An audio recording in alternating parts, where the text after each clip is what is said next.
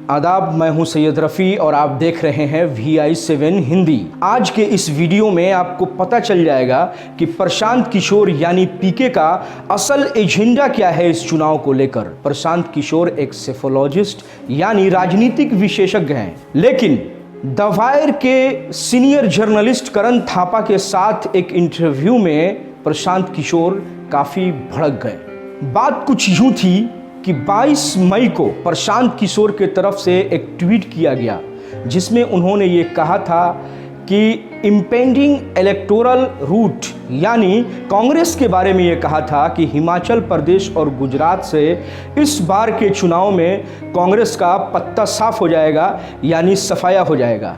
बस फिर क्या था, करण थापा जी ने आड़े हाथों ले लिया। Listen, Karan, I'm not in the business No. of predicting I'll tell you why I in asked my that life. question. I'll tell you why I asked that question. How confident are you? Because in May 2022, you predicted that Congress would be routed in Himachal. It won.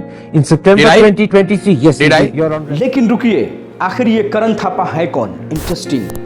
आपको मैं बता दूं मेरे channel के साथियों कि करण थापा वही journalist हैं जिन्होंने कई वर्षों पहले श्री नरेंद्र मोदी जी को पानी पिलाया था, या यूं कहें कि पानी पिला दिया था। अब जबकि करण थापा ने प्रशांत किशोर की इस बात को याद दिला दिया जिसमें उन्होंने कहा था कि गुजरात जहां पर 26 सीटें हैं और हिमाचल प्रदेश जहां पर 4 सीटें हैं वहां से कांग्रेस का सफाया हो जाएगा। फिर क्या था, प्रशांत किशोर बिल्कुल आग बबूला हो गए, बिल्कुल गुस्से में आ गए और उन्होंने ये चैलेंज कर दिया करण थापा को कि आप ये गलत कह रहे हैं, अगर मैंने ऐसा कहा है तो आप सबूत दीजिए। काफ़ी गुस्से में भड़के हुए अंदाज में प्रशांत किशोर द वायर के सीनियर जर्नलिस्ट करण थापा से चैलेंज कर रहे हैं कि ये मेरे वर्ड नहीं है, अगर आप साबित कर देंगे कि ये मेरे वर्ड है तो मैं वो सारे काम छोड़ दूंगा जो करता हूं। If you show me a video of me telling that Congress will be routed in Himachal, a video. In May 2022. Hear me out. If you show me, I will quit the job or you apologize publicly on the camera. लेकिन एक minute, आखिर प्रशांत किशोर करते क्या है मैं आगे बताऊंगा इसी वीडियो में, जब तक आप चैनल को सब्सक्राइब कर लीजिए। Thank you. प्रशांत किशोर जब चैलेंज कर रहे थे करण थापा को सबूत दिखाने के लिए तो उनका तेवर बिल्कुल नॉर्मल नहीं था ना। वो तो ये कह रहे थे कि या तो आप सबूत दिखाइए या फिर माफी मांगिए। If you show me, I will quit the job or you apologize publicly on the camera. अब देखना यह है कि दोनों में से सही कौन है, करण थापा या फिर प्रशांत किशोर। और एक बहुत बड़े चैलेंज के साथ एक तरफ एक सीनियर जर्नलिस्ट, दूसरे तरफ एक सेफोलॉजिस्ट यानी जिनके पास आंकड़ा होता है। मैंने कहा था कि वीडियो में आगे बताऊंगा कि प्रशांत किशोर क्या करते हैं, तो मैं आपको बता दूं कि प्रशांत किशोर का दावा है कि कई मुख्यमंत्रियों को उन्होंने अपने दम पर चुनाव जितवाया है। किस तरह से? आंकड़ों को इकट्ठा करके, स्टैटिस्टिक्स जो होते हैं कि कहाँ किस जाति का कितना वोट है, कहाँ मेहनत करना चाहिए, कहाँ मेहनत नहीं करनी चाहिए, किस तरह से मेहनत करनी चाहिए, ये पूरी रणनीति बनाकर उनका काम रहा है कि वो राज्य की सरकार को बनवाते रहे हैं। यही उनका काम है और इसमें वो चैलेंज कर रहे हैं कि अगर आप साबित कर देंगे कि मैंने कहा है मेरी वीडियो के ज़रिए या फिर सबूत के तौर पर मेरे शब्द ही हैं, अगर आपने साबित कर दिया तो मैं ये सारे काम छोड़ दूंगा, नहीं तो करण थापा जी आपको माफ़ी मांगना पड़ेगा। प्रशांत किशोर के इस चैलेंज के बाद करण थापा ने सबूत दिखाने शुरू किए, जो कि आपको स्क्रीन पर दिख रहा है।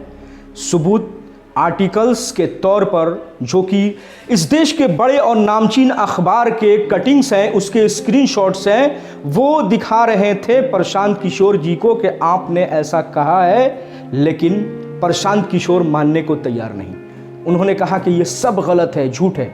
हालांकि ये जितने भी कटिंग्स जिस न्यूज़पेपर के आर्टिकल्स के थे उनका काफ़ी अहमियत है, वैल्यू है इस देश की पत्रकारिता में, लेकिन प्रशांत किशोर मानने को तैयार नहीं। उनका सिर्फ यही कहना था कि आप मेरी वीडियो दिखाइए, मेरा कहा हुआ है कि नहीं ये सबूत दिखाइए।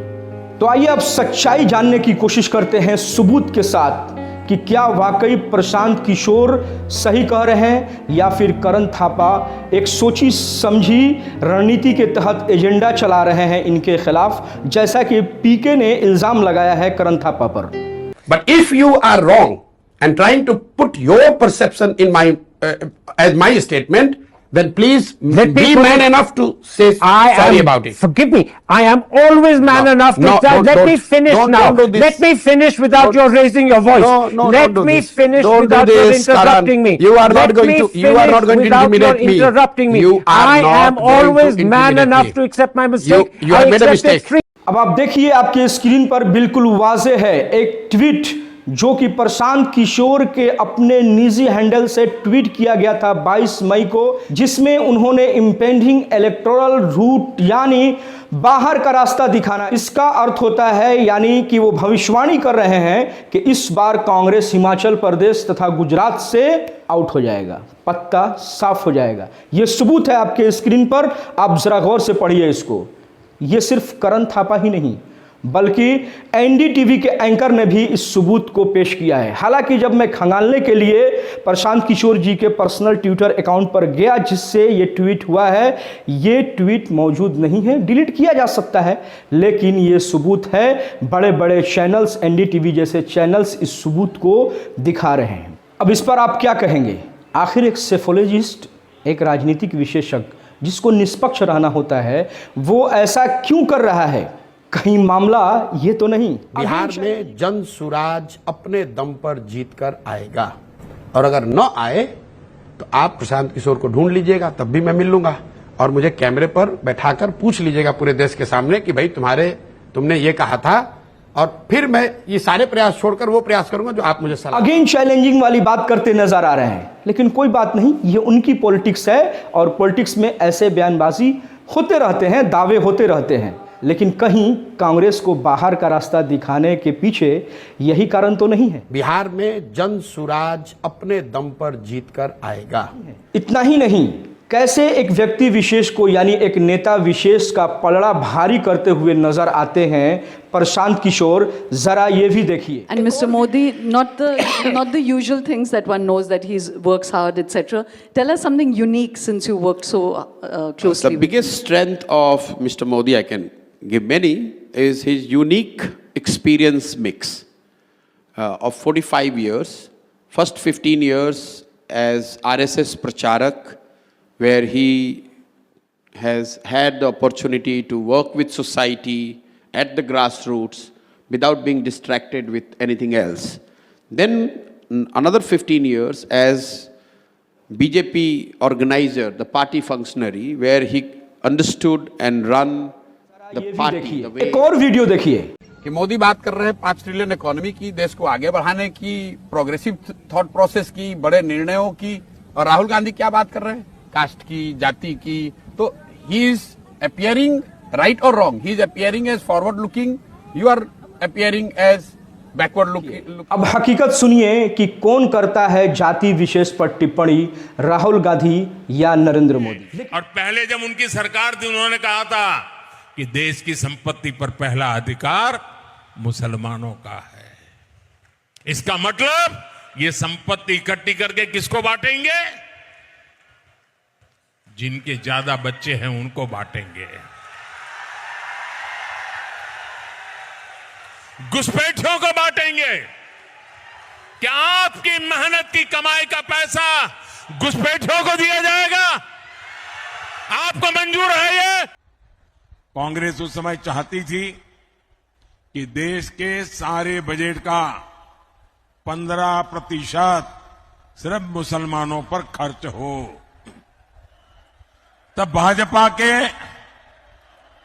जबरदस्त विरोध के बाद ये कामयाब नहीं हो पाए थे। कुछ दिन पहले उनके चमचों ने इंटरव्यू किया, नरेंद्र मोदी जी कहते हैं जब मैं छोटा था ईद के समय मेरे घर मुसलमान भाई खाना बेचते थे। अच्छा नरेंद्र मोदी जी, आप तो वेजिटेरियन हो।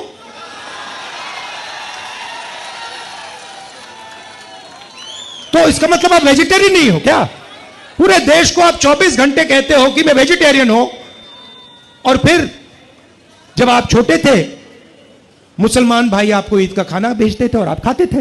लेकिन एक मिनट, अब ये क्या कह रहे हैं पीके? एक बात बिल्कुल क्लियर है, चुनाव मोदी जी भाजपा एनडीए जीत रहे हैं, लेकिन मोदी जी की जो अपनी व्यक्तिगत छवि है, लोकप्रियता है, उसमें बहुत गिरावट आई है। और ये गिरावट आज नहीं आई है, पिछले कई महीनों सालों से वो उत्तर धीरे धीरे गिरावट एंटी इनकम्बेंसी सेट इन हो रही है।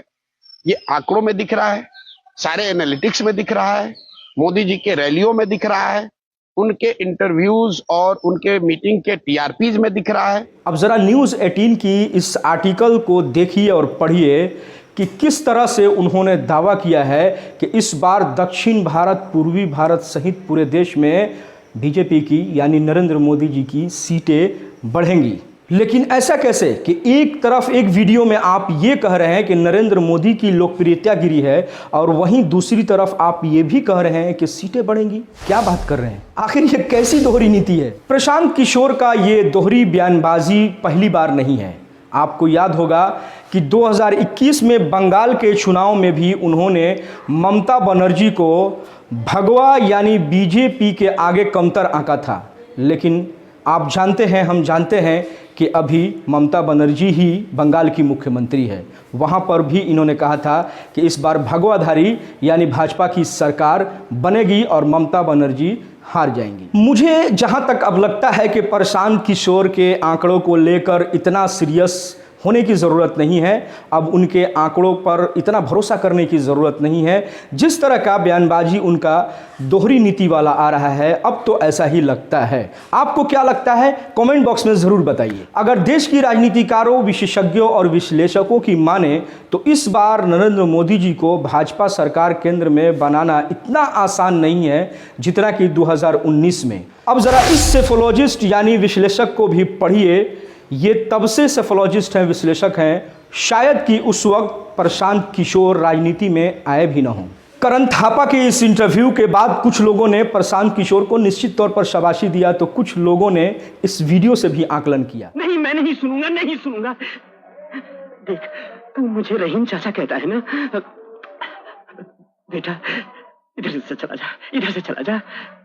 हाँ। इस तमाम प्रकरण को लेकर आपकी क्या राय है? कमेंट बॉक्स में ज़रूर बताइएगा और इस वीडियो को इतना फैला दीजिए ताकि लोगों को समझ में आ जाए कि प्रशांत किशोर आखिर क्या एजेंडा चला रहे हैं इस चुनाव को लेकर और आगामी आने वाली चरण में जो मतदान होने वाला है, आखिर वो क्या चाहते हैं, किसके तरफ हैं, या एक निष्पक्ष विश्लेषक हैं या कहीं ना कहीं उनका पलड़ा किसी और के लिए झुकता हुआ नजर आ रहा है। आप ज़रूर इस वीडियो को फैलाइए, क्योंकि एक राजनीतिक विश्लेषक को निष्पक्ष होना चाहिए, ऐसा मानना है। अगर आप इस वीडियो को YouTube पर देख रहे हैं तो सब्सक्राइब करके घंटी का बटन ज़रूर दबा दीजिए और अगर Facebook पर देख रहे हैं तो फॉलो ज़रूर कर लीजिए। वीडियो में बने रहने के लिए आपका बहुत बहुत धन्यवाद।